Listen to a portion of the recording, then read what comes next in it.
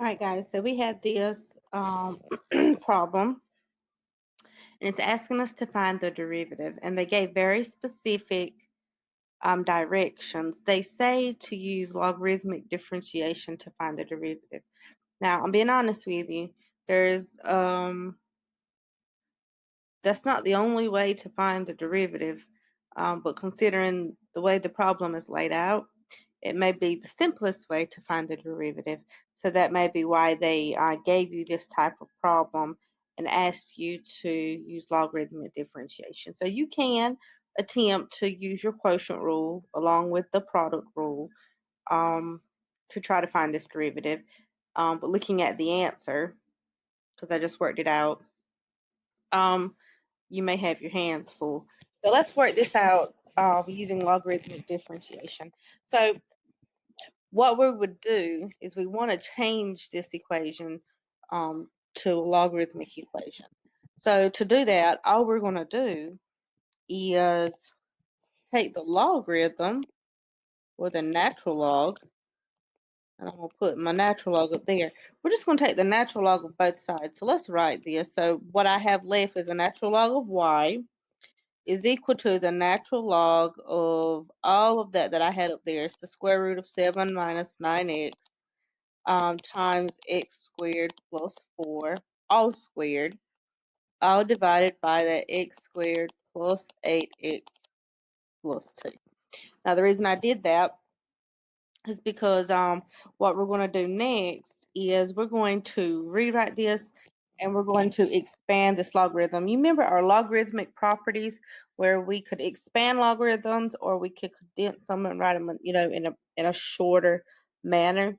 What we want to do here is expand this and write it the long way. So what I would do first, well, first of all, the natural log of y would drop down. And I don't want to do too much at one time, but what we would do is maybe first apply your properties where you have the natural log of, you have 7 minus 9x, and I'm going to do something here. That's going to be raised to the 1/2 power because of that square root.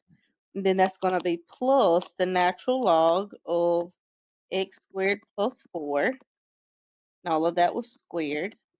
Then minus, because I have a denominator we're dividing, right? So minus that denominator, which was that x squared plus 8x plus 2. Now, I have some more properties I need to address here. I have my exponents, all right? So because I have those exponents, what we want to do is rewrite this, but what we want to bring those exponents out front. We want to rewrite those exponents as coefficients. So let's drop down that natural log of y, and that's going to leave us with 1/2 natural log of 7 minus 9x plus 2 natural log of x squared plus 4. Then I don't have an exponent at the end, so I'm just going to drop down what I have, just rewrite it. Right. Now that we have it expanded, now we want to take the derivative, okay?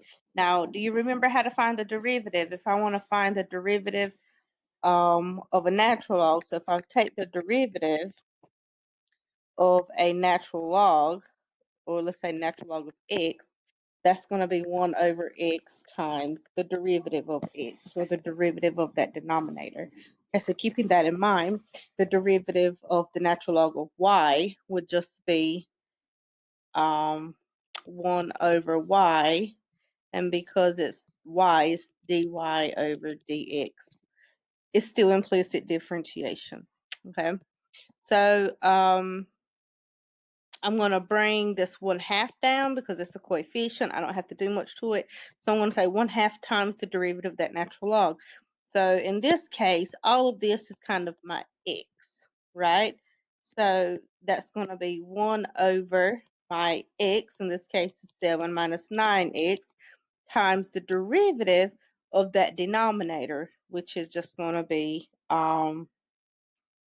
-9.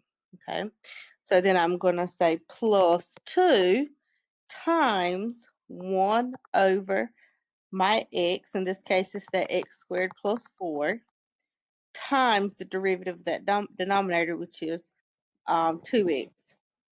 And then minus 1 over that, what I'm taking the natural log of, which is that x squared plus 8x plus 12, times the derivative of that denominator, which is that 2x plus 8. And remember, guys, you can pause this at any time if I'm going too fast for you. But from here, I'm just going to multiply. I'm just going to leave that 1y, 1 over y, dy over dx, just the way it is. And I'm going to simplify this first term. That would give me negative 9 over, that's going to be 14 minus 18x, plus 2 times 2 is going to give me 4, so plus 4x divided by x squared plus 4. And then that last term down there is going to be minus that 2x plus 8 divided by x squared plus 8x plus 12. Now, we feel like we've done a good bit, but I'm not finished, guys. If you remember, when you find the derivative, then what you are looking for is dy over dx, right?